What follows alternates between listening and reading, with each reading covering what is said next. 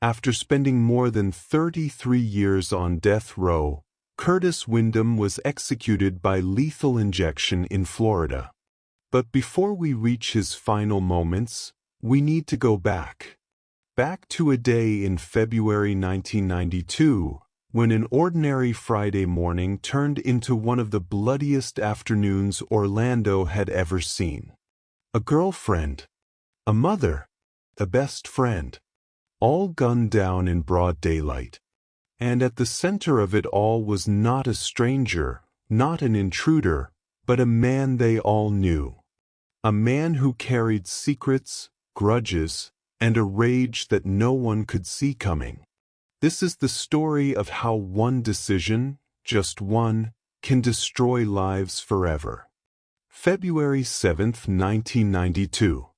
Orlando, Florida. The air was mild, the kind of day where life feels ordinary, predictable. Children were at school, workers clocking in, neighbors greeting each other in passing. For Johnny Lee, a man who lived off odd jobs, the morning brought good fortune. At the local dog track, he placed a bet and won a small prize, just $100. Not much, but enough to lift his spirits. Smiling, he told friends about his luck. He had no idea those words would reach the wrong ears. Across town, Valerie Davis was at home in her modest apartment, caring for her young son. At just 23 years old, she was still figuring life out. Her relationship with Curtis had been rocky, arguments, separations, reconciliations, but Valerie was focused on her child and her future. Her mother, Mary Luben, had gone out early to run errands. She trusted Valerie would be fine for the morning. She'd be back later. And then there was Kenneth Williams. He wasn't family. He wasn't a friend. Just a man walking home that morning, in the wrong place at the wrong time. The stage was set, but no one could feel the storm building except for Curtis Windham. To those who knew him, Curtis wasn't a monster. He was a father. He had friends. He had a history with Valerie and even with Johnny.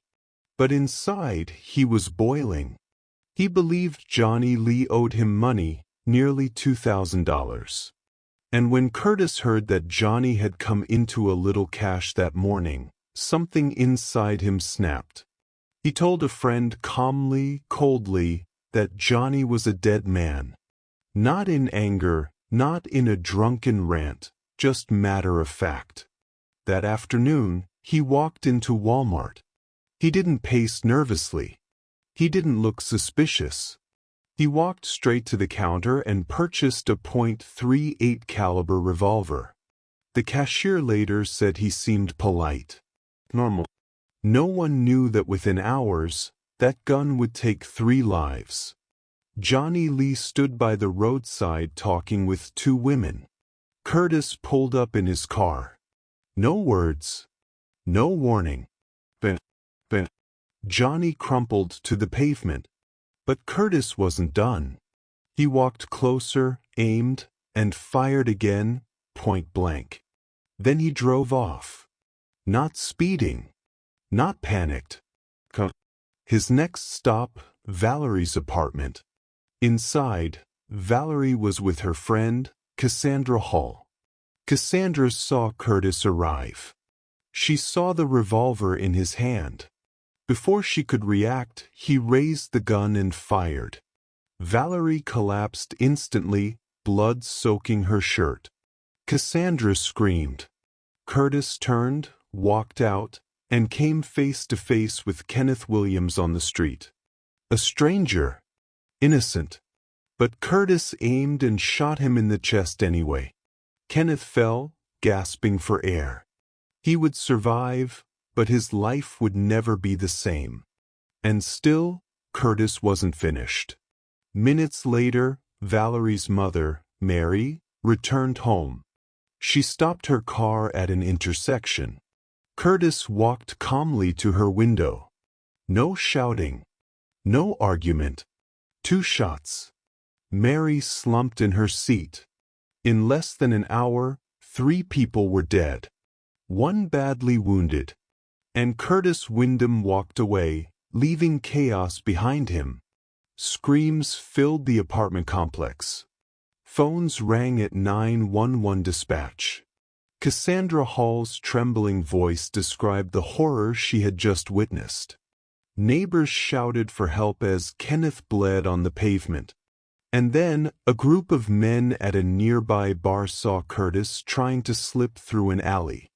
He still had the revolver in his hand. They weren't armed. But they weren't about to let him escape. They tackled him, wrestled with him, held him down until police arrived.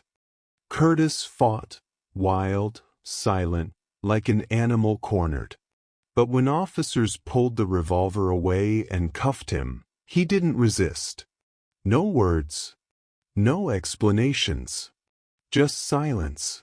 By then, ambulances had arrived. Kenneth was rushed to the hospital. Valerie and Mary were pronounced dead. Johnny had died at the scene. The neighborhood grew quiet, a silence heavier than the gunfire that had come before it. The evidence was overwhelming. Witnesses saw Curtis pull the trigger. The Walmart receipt was in his pocket. The revolver matched the bullets in all 3 victims. On March 3, 1992, a grand jury charged him with 3 counts of first-degree murder and 1 count of attempted murder. The prosecution sought the death penalty. The defense argued jury bias, improper testimony, but nothing could erase what witnesses had seen with their own eyes. Curtis sat in court, emotionless. No tears, no apology, no plea for mercy. On August 28, 1992, the jury found him guilty on all charges. In November, the judge sentenced him to death. Curtis Windham's fate was sealed. For the next 33 years, Curtis lived in a concrete box on Florida's death row. He filed appeal after appeal.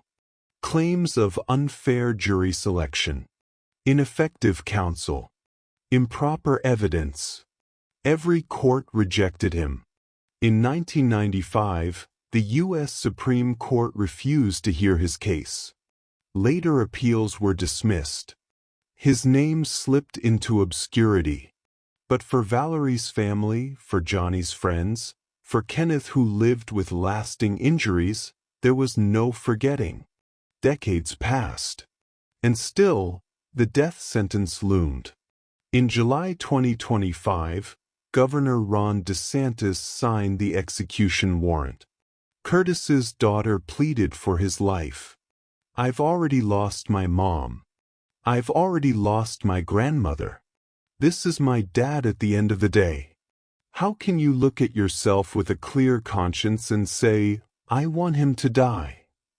She spoke of her children, who knew their grandfather, who would have to learn he was gone, not because of time, but because of a gurney and a needle. But mercy didn't come.